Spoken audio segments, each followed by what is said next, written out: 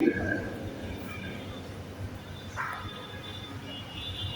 জায়গাটা বড় ধরনের বাড়াবাড়ি আছে। জীবন নিয়ে আমাদের মূলত বোঝাশীলদের কারণে আমরা আসল জীবনটা বুঝি নাই, যে জীবনে কোনো মরণ নেই।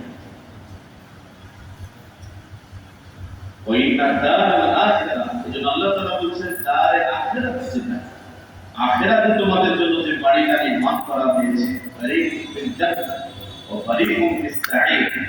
একটা দল জান্নাতে যাবে, আরেকটা দল জাহান্নামে যাবে।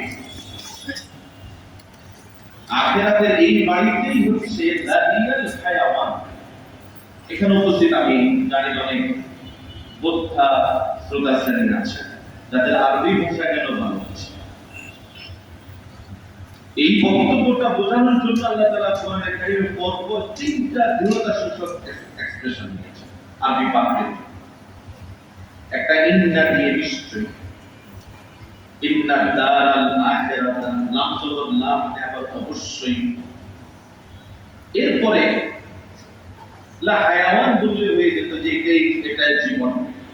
আবার অতিরিক্ত আরেকটা সর্বনাম যোগ করা হয়েছে, একটা প্রণাম যোগ করা হয়েছে হিয়া। এই তিনটা দৃঢ়তা সূচক শব্দ ব্যবহার করে আল্লাহ তাআলা বলছেন আখিরাতের জীবনটাই জীবন, দুনিয়ার জীবন জীবন। এটা জীবন না, কারণ এখানে মরণ আছে, এখানে মরণ আছে। আর এর পরবর্তী যে অধ্যায়টা, সেই অধ্যায়টা এমন যে সেখানে মানুষ মরতে চাইলেও মরতে পারে, বরং অবস্থা এমন হবে লা ইয়ামুতু ফিহা ওয়া লা ইয়াহয়া। জাহান্নামের জিন্দেগি যার হয়ে যাবে, নাউযুবিল্লাহি মিন যালিক। আল্লাহ তাআলা আমাদের জন্য জাহান্নামের আগুনকে হারাম করে দেন।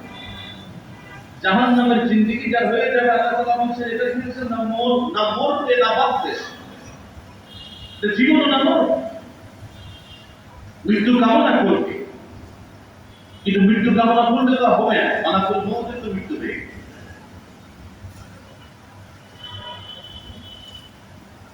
এই দুনিয়ার সামগ্রিক করণীয় আমাদের জীবন চলার পথ ঠিক করার ক্ষেত্রে জীবনের এই দর্শনটা তাদের কাছে পরিষ্কার, তাদের জীবনটা ভুল পথে চলে,